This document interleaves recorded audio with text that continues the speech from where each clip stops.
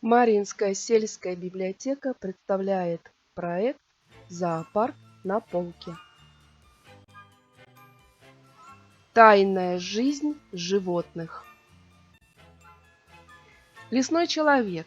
Именно так и переводится слово орангутан с малайского языка. Эти большие обезьяны, идущие по размерам сразу после горилл, в самом деле лесные млекопитающие. Они живут в последних девственных лесах островов Суматра и Борнео, Калимантан. По виду орангутан очень похож на человека, но эта мохнатая обезьяна имеет отличающиеся от наших пропорции. Ее руки такие длинные, что почти достигают лодыжек, когда она стоит, а размах их достигает 2,5 метров. Зато нижние конечности развиты слабо. Когда орангутан идет, он опирается кулаками о землю и движется вперед, раскачиваясь. Его силуэт напоминает силуэт гиббонов и других обезьян Индо-Малайзии. Те, хотя и меньше по размерам, но гораздо подвижнее орангутана, который перемещается очень медленно.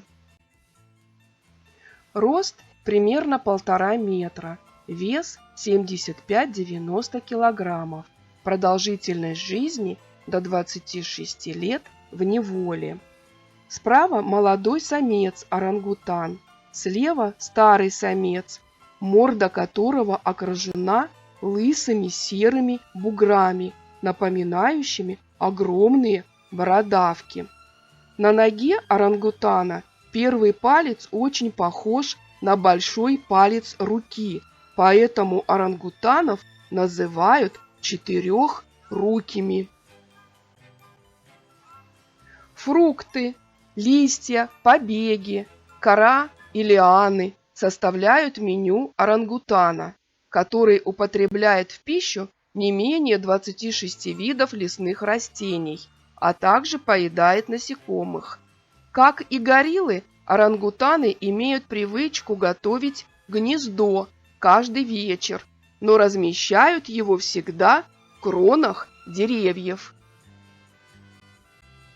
Не только натиск цивилизации на острова, но и такая охота являются причиной сокращения численности вида. Поскольку 2/3 пойманных животных умирают преждевременно из-за плохого ухода. В тропическом лесу смертность молодняка составляет до 40%. Самка производит на свет только 2 или 3 детенышей за свою жизнь, а молодой орангутан полностью зависит от матери. Новорожденный детеныш орангутана покрыт шелковистой шерстью рыжеватого цвета. Он появляется на свет после беременности, которая длится 210-270 дней, и затем в течение 2 лет остается с матерью. В свою очередь он производит потомство лишь в возрасте 10-14 лет, и это делает вид очень уязвимым.